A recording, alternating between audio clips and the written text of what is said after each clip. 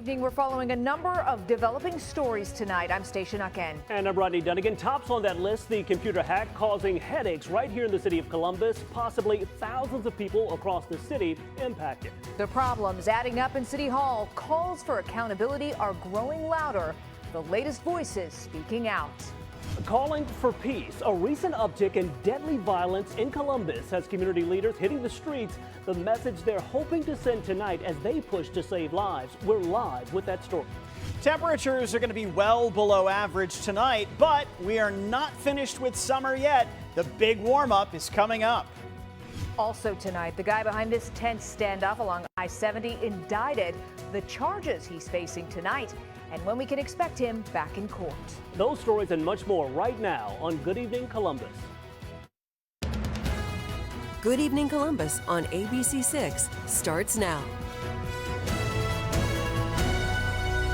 Good evening tonight. We welcome Rodney Dunigan back to the anchor desk. We're so glad you're here. I'll tell you what, Stacia, I am glad to be standing alongside you tonight. Glad to be back telling impactful stories to this community. And I tell you what, we definitely have an important one tonight. We start tonight with that lingering effect of the hack on the city of Columbus. Hundreds of thousands of people, including city employees, police officers, firefighters, crime victims, and private citizens, all believed to be compromised in all of this. Of course, ABC6 was the first to tell you hackers leaked that information on the dark web. We're continuing to push the city for the number of people impacted and what's being done to make sure this does not happen again. Also tonight, a pretty wild story. After 20 years of searching, this man right here, wanted for murder outside of Cincinnati, is back here in the state of Ohio.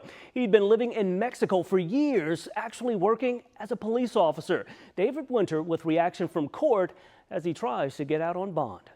Ohio. That was David Winter reporting. According to reports at the time, Riano stepped in to help an employee throw the victim out of the bar. They got into an argument outside and shots were fired. He'll be back in court in 3 weeks to have a date set for his murder trial. Well, school is just starting. One was already targeted by a swatting attack today. Plus, the Bucs are planning their attack on the NCAA this year. They're actually putting some of the burden on the shoulders of a linebacker who says it's all he ever wanted. Yeah, I know you feel the goosebumps in the football fever. A few Buckeyes picking up some preseason All-American honors. Guard Donovan Jackson and wide receiver Emeka Egbuka made the first-team offense. How about that? Cornerback Denzel Burke and safety Caleb Downs made the first-team defense. Running back Travion Henderson and tackle Tyleik Williams were named to the second-team offense and defense, respectively. And the Bucs open the season in 12 days. And if you think you've been waiting for so long, of course we have, to start the season, imagine what it's like for linebacker Cody Simon. I'll tell you what, Lisa, the chief pretty much states it plainly. She says that lives could potentially be on the line. She says that her officers have signed up to protect this community, not have their personal information shared by someone who says that he's helping. I don't want it to get lost that this is a crime, you know, to put people's information out, to put officers' information out, to put community, you know, at risk is a crime. And we want to make sure that we take every measure to stop any individual that may be taking advantage of this situation. Columbus Police Chief Elaine Bryant not holding back, one-on-one with us Thursday, discussing her worries about the safety of not only our community, but her officers and their families. Those concerns stem from the constant drip of personal information being uncovered from the city's recent cyber hack. Those details being revealed by a self-proclaimed cyber expert, David Ross, who continues to download vital details uncovered on the dark web. Anyone that perpetuates this situation or anyone that continues to antagonize or aggravate the fact that we were hacked, the fact that there was a crime committed against not only our officers but our community is a danger to all of us. ABC6 investigators have reported in recent days that it can be against the law to download or possess illegally obtained information. Chief Bryant says the department is looking into the possible leak of information involving undercover officers. Steps are being taken to keep them protected, but the exact information cannot be released for safety reasons. We are constantly, my team, the executive team, the mayor's office, safety director's office, we are constantly evaluating the situation and ensuring that we're doing everything to protect our members. Now, despite all of the drama behind this cyber expert, don't forget there's still a major investigation underway into this hack of the city of Columbus. The FBI is leading that. Of course, we will continue to follow it all as police hope to, at some point, make an arrest in this case, if possible. For now, reporting live downtown, Rodney Dunigan, ABC 6 News. This 50-page report released by the Department of Justice details vital recommendations for change within the Columbus Police Department when it comes to use of force policies. In these pages, not only options for training, but also ways to better engage the community. As an officer, you got to be prepared to de-escalate. Pastor Michael Young of City of Grace Church, one of those Columbus community advocates on the front lines, calling for worthwhile change within the Columbus Police Department. I think transparency is incredibly important as we seek to build trust. A big focus for Young and other advocates, the department's use of force policies. Back in 2021, Mayor Andrew Ginther requested federal help in a review of police force. The DOJ released their findings on August 9th of this year, saying the department is staffed with capable professionals who care about their community, but also outlining 45 recommendations, including CPD should consider adding language to its policies that prohibits the use of deadly force when a person only presents a danger to themselves. The DOJ is also calling for more training and changes in how CPD tracks the use of force. They're pressing the department for more data collection, analysis, and reporting to ensure accountability. The DOJ also suggests CPD monitors the race of those involved in use of force cases in an effort to better identify who's involved. You move, I will break your face. A serious situation Pastor Young points to, this February 2024 incident between an officer and a Linden teen. I'm sorry. The 14-year-old roughed up after a verbal interaction with police. The officer involved fired. Many times what my mind kind of begins to go towards is there any cultural sensitivity training, right? Are there preconceived notions that this officer may have as it relates to this particular person who they're interacting with? Mayor Andrew Ginther released a statement to us saying in part, "We have not wavered in our commitment to build on the reforms and many successes of the Columbus Division of Police. We received that report and look forward to analyzing the findings and continuing to move this division forward under the leadership of Chief Bryant." So I think the implementation is really the most important part. That's kind of the meat that's going to be on the bones. Young believes the intensified spotlight on the department will lead to needed corrections and more trust across neighborhoods. And I think that's beneficial, and I think it's needed and necessary. Something also key to note here, this report indicates that CPD operated in a culture that was resistant to change in the past. Community leaders we spoke with hope that this process of change will continue within the department. On your side, Rodney Dunigan, ABC 6 News.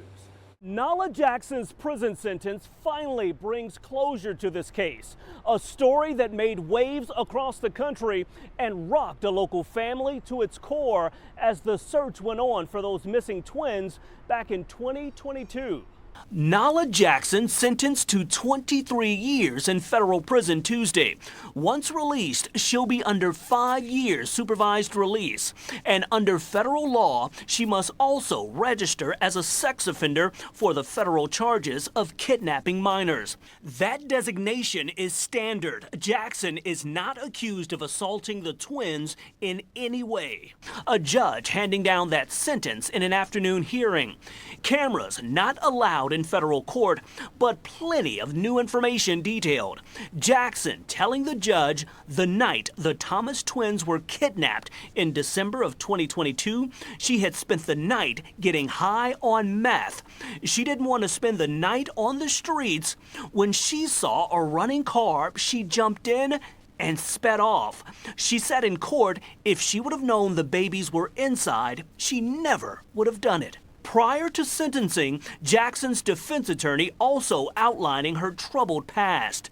Years of physical, emotional, and sexual abuse as a child, time in foster care as well. It was also revealed Jackson was trafficked as a teen. Jackson cuffed and shackled in court, emotional as she spoke to the Thomas family, saying in part, battling addiction, the truth is, I didn't even care about my own kids at the time. I'm not a monster. I know what I did was wrong, what I put that mom through. I'm sorry. Family inside not speaking as they left the courthouse. Jackson was being held at the Correctional Center of Northwest Ohio in Stryker. Following Tuesday's sentence, she'll be transferred to a federal facility to begin serving her prison time. On your side, outside the federal courthouse, Rodney Dunigan, ABC 6 News. Vanessa Dykeman says it all came as a shock, out with the family enjoying a nice day at the pool. It was nursing time for her baby boy. She decided to breastfeed and was told it wasn't allowed and she needed to head to a private space. The lifeguard approached me rather quickly and was like, excuse me, you can't breastfeed here, but you can, maybe go to the bathroom or something instead. Hearing those words, something New Albany mother of 3, Vanessa Dykeman, never expected, out with the family at a local community pool. And I can definitely say that I was still remaining rather modest while nursing. We were not, being flashy or trying to cause a scene. A lifeguard telling her breastfeeding in the open, not okay. They whistled and their manager came over, and he proceeded to tell me that I was not allowed to nurse in the pool area at all. She posted about her experience on social media, and local moms rallied, gathering at the pool Friday for a breastfeeding nurse-in, as they called it. I think there's so many other stressors that moms have, and this should definitely not be one of them. Mothers we spoke with stating it plainly. When it comes to poolside clothing, many times nothing is left to the imagination. Why a feeding mother would be pointed out, a serious concern. When you're at a pool, you see a lot more skin than you would from somebody just discreetly nursing their baby. Dykeman tells us following all the attention, she got in contact with the township administrator, who apologized, stressing a ban on poolside breastfeeding is not in the policy, and workers would receive more training going forward. These moms thankful for what they call a prompt and respectful response. I think they were very receptive to the feedback and kind of, began to be more open to the different types of feeding methods. I don't feel like it'll be an issue going forward, and I'm hopeful to return next summer. Something to keep in mind, Ohio law protects a woman's right to breastfeed her baby in any public spaces, a public pool certainly being one of those. On your side, Rodney Dunigan, ABC 6 News. What was it about joining law enforcement that said, I think this could be a great career option for me? Again, just graduated from college, working at a group home. I was trying to figure out a different career path. 17 years ago, single mother Aisha Broussard had a tough decision to make, joining the ranks of the Columbus Police Department, something she wasn't sure she was ready for. Concerned, scared, not really knowing what to expect out there. Over the years, the number of women in the department slowly rising. Currently, CPD has about 217 female officers. That's 11% of the force. The department looking to improve those numbers. Joining the 30 by 30 initiative. The aim of this nationwide push is to increase the representation of women in police recruit classes to 30% by 2030. Leaders in departments across the country say the underrepresentation of women in policing undermines public safety. This effort also about improving the work of officers in local communities. Consider this. According to research provided by the 30 by 30 initiative, women officers use less force and less excessive force.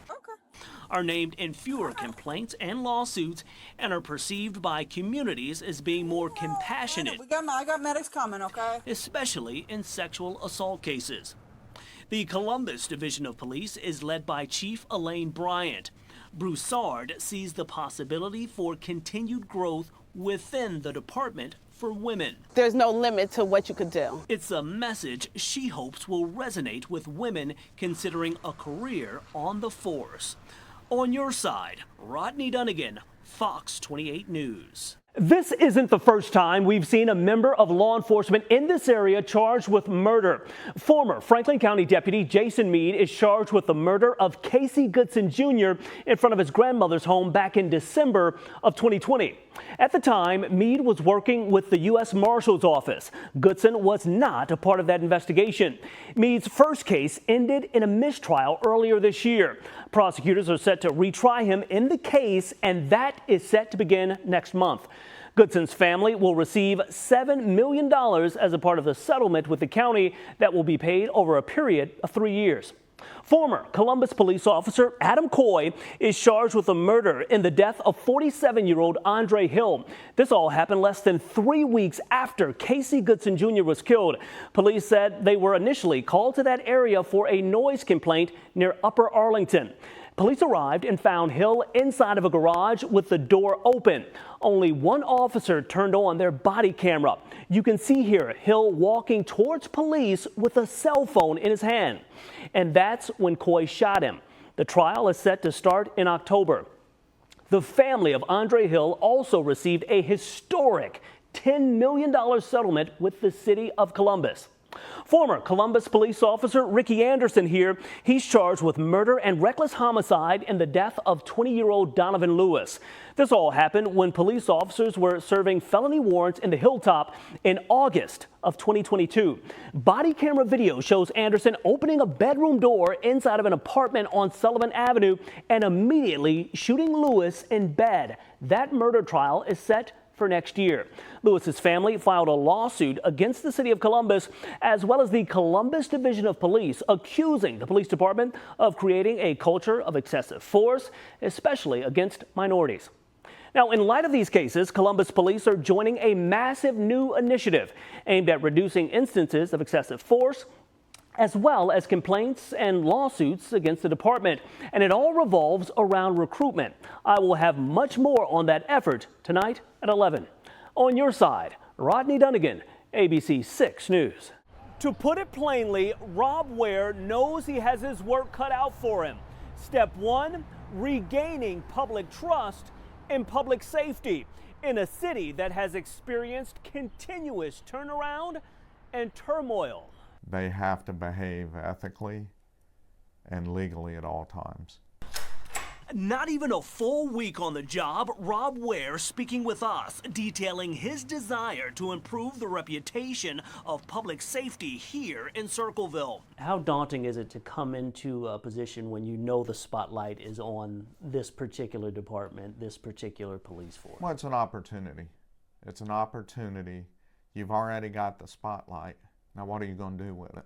Announced just days ago as Circleville's new director of public safety, Ware has a 25-plus year career in law enforcement. Formerly the chief in both the Portsmouth and Worthington police departments. One of his first orders of business, getting officers walking neighborhoods, building a bond with communities, repairing what's been fractured. When you do that, people will respect you. When they respect you, they'll want to get to know you. When they get to know you and build a relationship with you, then they trust you. His hiring coming at a time when the city has been in constant upheaval. The city's acting deputy police chief on leave because of a citizen complaint. Earlier this year, the city parted ways with its police chief and deputy chief. The former director of public safety was fired after only a week on the job. Do not release the dog. And the police department made national headlines last year when a canine officer let his dog loose on an unarmed suspect who was surrendering. Ware tells us he's focused on cleaning up past issues, but also supporting those officers who continue to serve despite the rocky road with leadership. I want them to know that I'm here to build them up, but I'm also here to make sure that we're doing things the right way. Something that Rob Ware also tells us that's key is transparency. Something that locals here in this community tell us has been lacking in the past. He says he wants to start on a clean slate, but he urges the community to be patient as he makes changes. It's something we will be following. On your side in Circleville, Rodney Dunigan, ABC 6 News. This case is quite the talker. This grandmother behind bars, her 13-year-old grandson dead. Columbus investigators say it all ties back to the drug trade. Investigators caught wind of it all after the teen sadly OD'd. State of Ohio versus Emma De Leon. 57-year-old Emma Losa De Leon facing a Franklin County judge Tuesday, also looking at a lengthy list of serious charges, from trafficking and possession of drugs to endangering children. The most serious, involuntary manslaughter in connection with the overdose death of her 13-year-old grandson. We've got a serious case here. Yeah, absolutely. We've got an undeniable tragedy. Prosecutors laying out their case that dates back to last year. Losa De Leon, along with 3 others, arrested, accused of operating a high-dollar drug ring. All broken up back in September of last year. Police responding to this Warren Avenue home, finding Losa De Leon's 13-year-old grandson dead after they say the teen overdosed on cocaine, fentanyl. When officers searched the home, they say they found 8 kilos of drugs, a mix of crack, cocaine, meth, and fentanyl, along with 2 guns.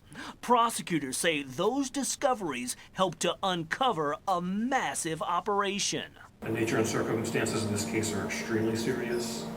The investigation has revealed an extensive drug trafficking organization in which Ms. Loza is directing her family members.